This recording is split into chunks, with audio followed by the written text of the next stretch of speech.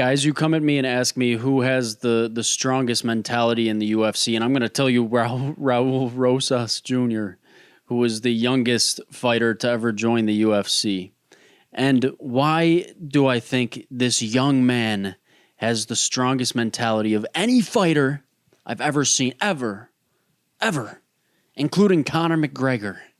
Fucking, Conor McGregor went out there with swagger every time and fucking, he had a lot of confidence. But Raul Rosas Jr., not only is he young as fuck, but he's online. He's online on social media all the time.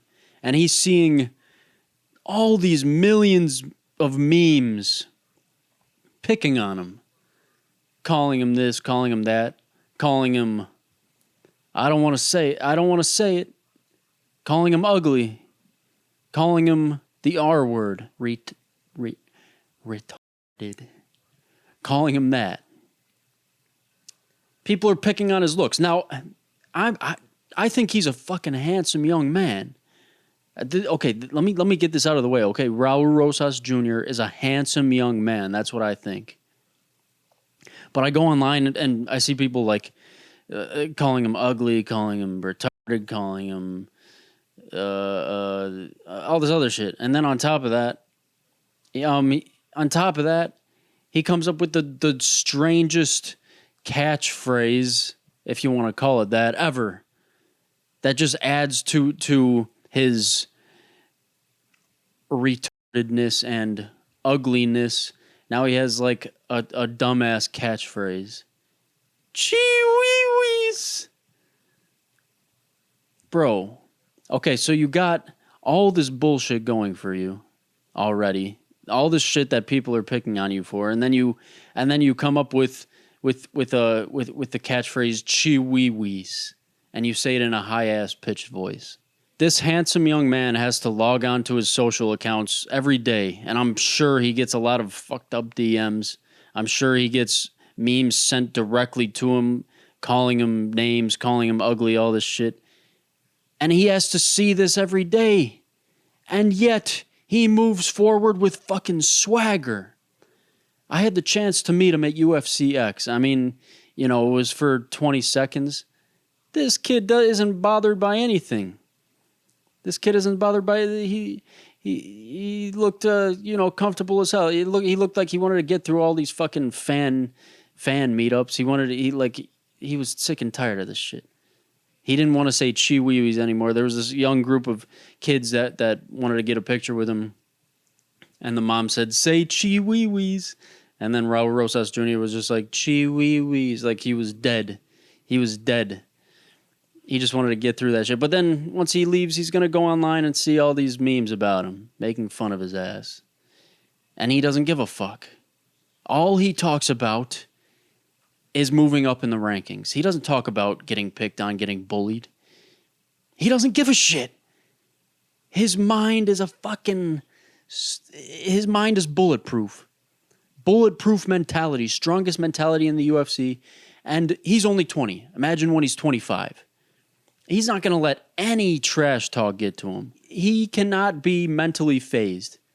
If an opponent is going to try to get into his head, they can't. I think there's some wires that are crossed differently in his head. He just doesn't get phased by anything. And if he continues to improve with his skills, with that bulletproof mentality, he's going to be the youngest champion ever in the UFC. He's going to beat Jon Jones's record. Because, I mean, we've seen him with his few fights in the UFC that he's had, put on some good performances. His future is bright, I think. He's a handsome young man. He's good at fighting. And he has a sick catchphrase.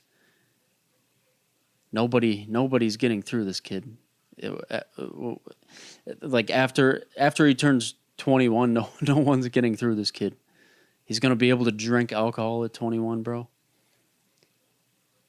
He's gonna have more swagger. It's over. It's over for the bantamweight division.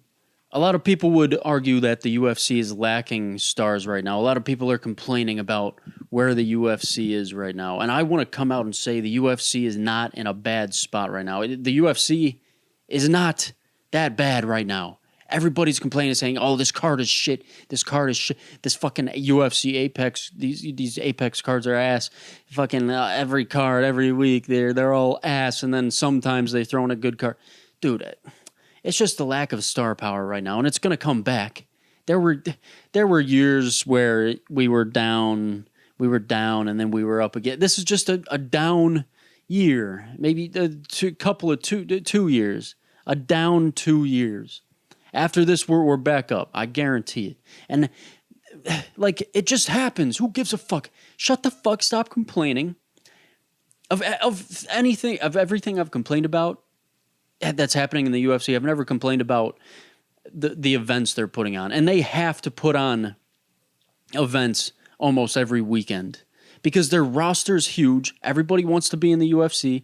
They want to bring in the best talent. They need to fight people. If they don't put on an event every weekend, people are just going to be sitting out, and they're contractually obligated to give each fighter 3 fights a year. I'm pretty sure that's what it's like. And putting on an event every weekend, there's going to be some events that are shitty. But I mean, if you tune into those fights, usually the shittier cards have some good fights. Have some solid ass fights from people you didn't know before. It's just how it goes, guys. We're down here, then we're going to be up there. And you're going to have to sit through some shitty cards every once in a while. Because the UFC has to fight people. But when the good cards come, they're good as fuck. I mean, this last card, Ilia Topuria versus Charles Oliveira, headlining. That was a fucking solid card. That was a good watch, man. And Ilia Topuria is a beast. Ilia Topuria might make it to Conor McGregor heights if he gets through his next challenge. Who knows what it is? Paddy or Gaethje. I doubt it's going to be Gaethje. Maybe he goes for Islam next after Islam beats JDM. Who knows what the fuck is going on? But I'm trying to say, just be patient. Stop complaining. This is how it goes. You're still getting some good fights. You're still getting good, solid-ass events for most of the pay-per-views. So just be patient. It's not even that bad right now. I think it's still good. A Saturday night, you fucking get a little Modelo and some Pizza Hut and watch the fights. It's still fun. And really, what are they what is the UFC doing differently from a few years ago? Nothing. You know, they're putting on cards with their biggest stars at least once a month. They're still doing that like they always have been. There's just not as many stars right now. Not as many huge stars right now. And guys, do the Paul brothers have any real fans?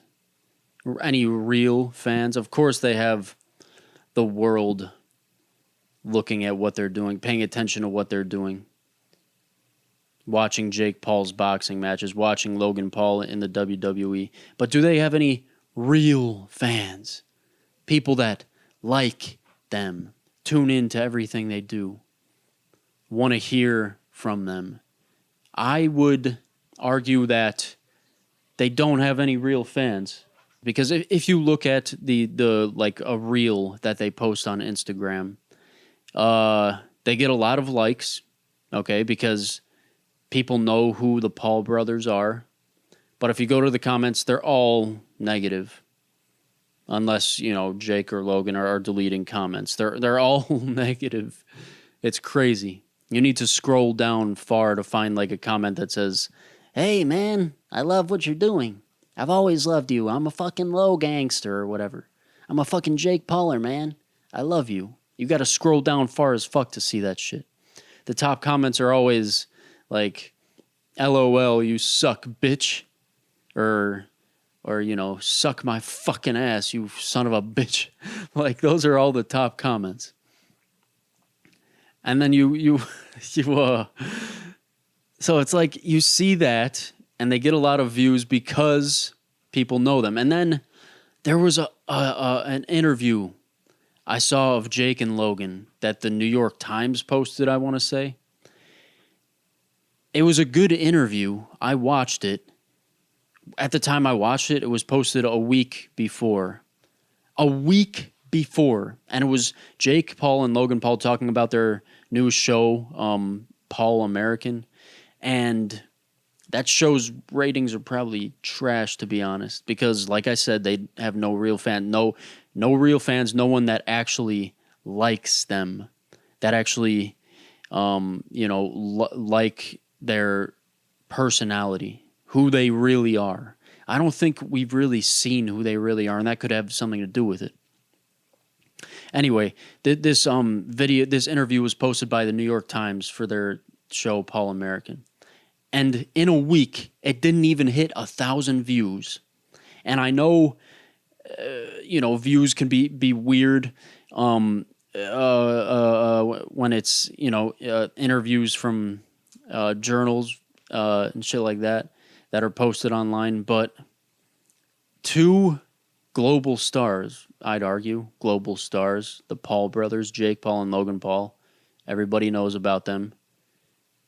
An interview with them can't get over 1,000 views in a week. Why is that? Okay, why is that? Like I said, they're known. They're not liked.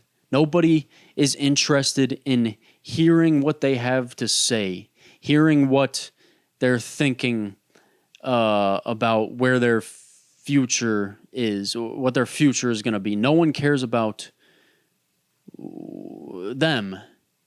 People care about the entertainment they put out, and that's it. If you look at someone like, I'm just going to say Theo Von because I'm a Theo Von fan.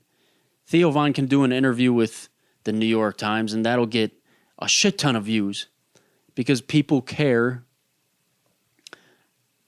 about Theo Von. People like Theo Von's personality, and that they're not just interested to see him put out like a viral moment.